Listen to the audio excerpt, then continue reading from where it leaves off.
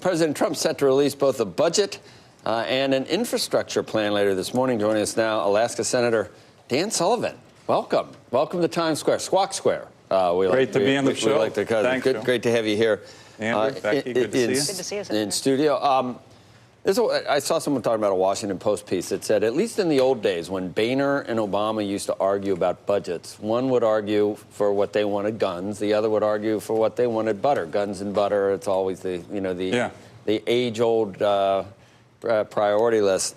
And the criticism in the Post is that neither side is arguing that they're just agreeing to both and that it's going to blow out the deficit, I guess. Should we look at it that way? Well, look, I think, it's a good point, and these are hard agreements, and, sometimes they're difficult to vote for. I did vote for it, and my focus was on the guns, on the Department of Defense. We've cut from 2010 to 2016, we cut military spending by 25% as the threats to our nation have arisen.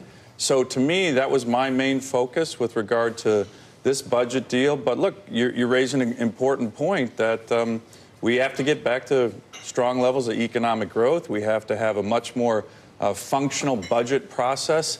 And I think we need to take care of long-term entitlement reform for the next generation of Americans to really address that deficit challenge. But there's no doubt that this was something that was important bipartisan deal, but my focus was on the defense side. If you were just a normal person out in the hinterlands, just watching what's going on, in the center of the country, we thought DACA, we thought the Democrats really that was going to be something they were going to hold out for, that's very important. And then we had the shutdown, and then where did it go? It's like Trump keeps talking about it, but I don't see us getting any closer to addressing. Well, look, and they did the budget without DACA. I thought that was going to be necessary to arrive at a budget deal. Where's Schumer? He's at a Corvette plant today or something. Well, I think one of the important things about this agreement was we did kind of separate the issue of immigration reform. But they were going to do it. They shut down the government because it wasn't separate. Well, I think when the minority leader, Chuck Schumer, shut down the government, he realized that wasn't a good move, that most Americans did not support that, even if they did think doing something for the DACA recipients was important. So that was an important development with regard to the budget deal. And then you're going to see this week, we are going to debate this on the Senate floor, these important issues with regard to immigration reform, and we'll see where it goes. Can I ask, given that infrastructure and the budget are being laid out and everybody the prevailing view is that this whole thing is dead on arrival, that you shouldn't even debate it. There should be no discussion just because it's not even going to happen. Which infrastructure and the budget. Oh, look, I think infrastructure, the president's going to announce his principles today. And I think there's a lot of opportunity for bipartisan support with regard to infrastructure. In particular, what they're going to focus on is not just in terms of spending, both private sector and public sector, but the permitting reform. And this is the most important thing I think we can be doing. It's what the president's focused on. We had a hearing in the Commerce Committee about a year and a half ago. The Seattle-Tacoma Airport, it took 15 years to get a permit to get your luggage. Oh, no. It took me 15 years to get my luggage. I mean, I flew into LaGuardia. So talk about a place. You came into LaGuardia. You came into LaGuardia. A permitting issue, not a spending issue. Well, they're related. And they're related this way, because the more you have certainty in terms of permitting, the more you can say to private sector investors, we can get this permitted in a year and a half or 2 years, the more money you're going to see from the private sector that will want to invest. And I think that's a critical component that's been missing in the infrastructure that it has debate. gotten really stretched out to these kind of ridiculous lengths. But you will see people on the left, some senators and House members on the left who will say, wait a second, this is going to thwart environmental protections. Are there enough votes in the Senate to do this, and are there enough votes in the House, including some of the Republicans who think we don't even want $200 billion being spent on this? So, Becky, it's a good point on the permitting reform. If you look at other countries, the UK, Australia, Canada, they do major infrastructure projects in terms of permitting inside of 2 years. I have a bill, the Rebuild America Now Act, which is all focused on permitting reform. Right now, we have all the building trades, the laborers. We've heard from some of them here on the show who said the same thing because they say it takes 8 years or longer, and that means jobs. These are men and women who build things in America. They are supportive of this kind of permitting reform, which is where I think we have an opportunity for bipartisan support. And, every mayor, every governor sees these problems. So I think there is But support when the for president this. talks about a $1.5 trillion infrastructure plan, you think what? Well, he's about talking. that? He's talking about some federal spending. And I'm asking you about But the he's- federal spending. He's. Are you supportive of federal? Are you supportive of federal infrastructure spending? I'm supportive of some federal infrastructure spending. What As a matter of kind of- fact, this what bill kind of number? that we just had, I'm about 200 billion or less. 200 billion or less, I okay.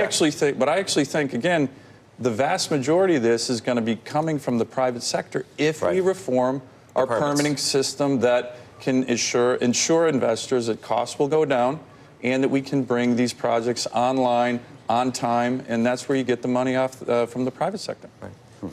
What do you make of the other side of the aisle will also say, look, we don't want the private sector to own the toll roads. We don't want the private sector to own the bridges. Look, it's a combination, right? One of the elements of the president's principles on infrastructure today is going to be a focus on rural states like mine, right. Alaska.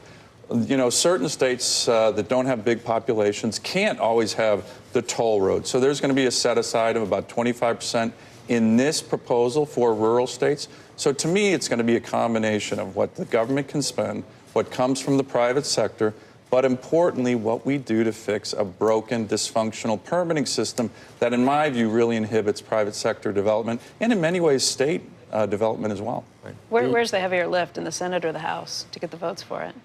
It's in the Senate. Yeah. It's always in the Senate. Right. It's always in the Senate. But that's why it's important to really focus on a bipartisan approach to infrastructure spending, which is what we've been doing. And the White House has been working this on the Hill in the Senate for months. So hopefully we're going to see a good reaction when these principles are announced by the White House today. So it's Valentine's Day is coming up. You know what's coming up eventually is November.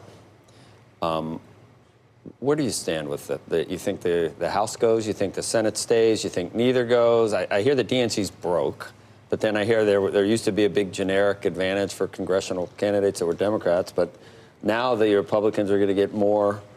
I don't know. They're going to ramp up the benefits of the tax reform legislation. Well, look, what do you think it looks like in November? What's the political landscape that look generic like? That generic ballot It's zero now. is starting to really get about even. Yeah. And I think if Republicans stay focused on the key issues Americans care about, what are those? Jobs, growth. I think the tax reform bill is having a hugely positive impact. Energy.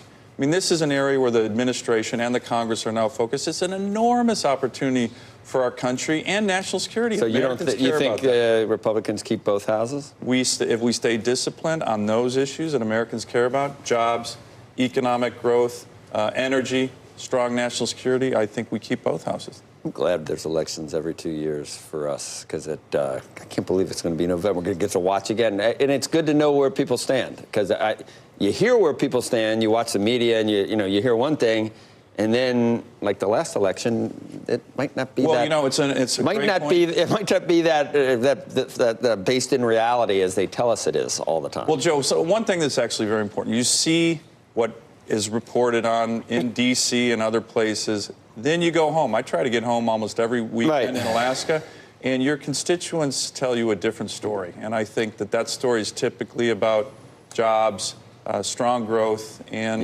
national security. All right. Well, when you go back,